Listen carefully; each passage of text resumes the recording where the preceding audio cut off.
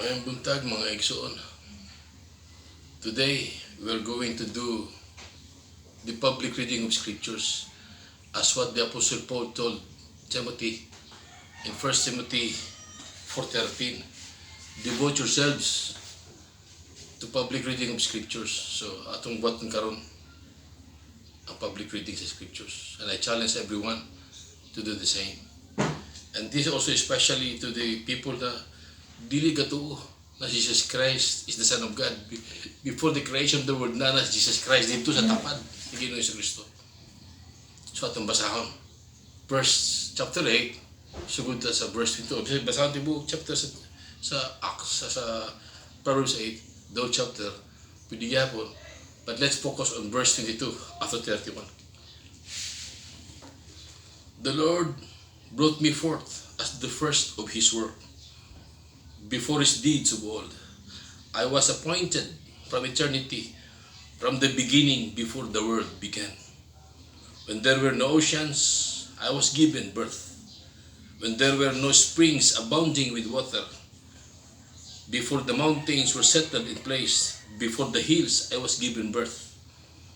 Before He made the earth, or its fields, or any of the dusts of the world, I was there when He set the heavens in its place, when He marked out the horizon on the face of the deep, when He established the clouds above and fixed securely the fountains of the deep, when He gave the sea its boundary so that the waters would not overstep His command, and when He marked out the foundations of the earth. Then I was the craftsman at His side. I was filled with delight day after day, rejoicing always in His presence, rejoicing in His word, and delighting in mankind. And also in Colossians 1:15, in Colossians 1:15 to 17, it also says here, He is the image of the invisible God, the firstborn over all creation. For by Him all things were created, things in heaven and on all things visible and invisible, whether thrones or powers or rulers or authorities, all things were created by Him. For by Him He is before all things. Now, Proverbs 8 proved na si Jesus Christ is there besides God during creation. Di lang siya kay tao lang o Diyos o tao lang siya, kundi Diyos gayud si Jesus Christ from the beginning. At utron, niingon diri, the Lord brought me forth from the first of His work, before His deeds of old.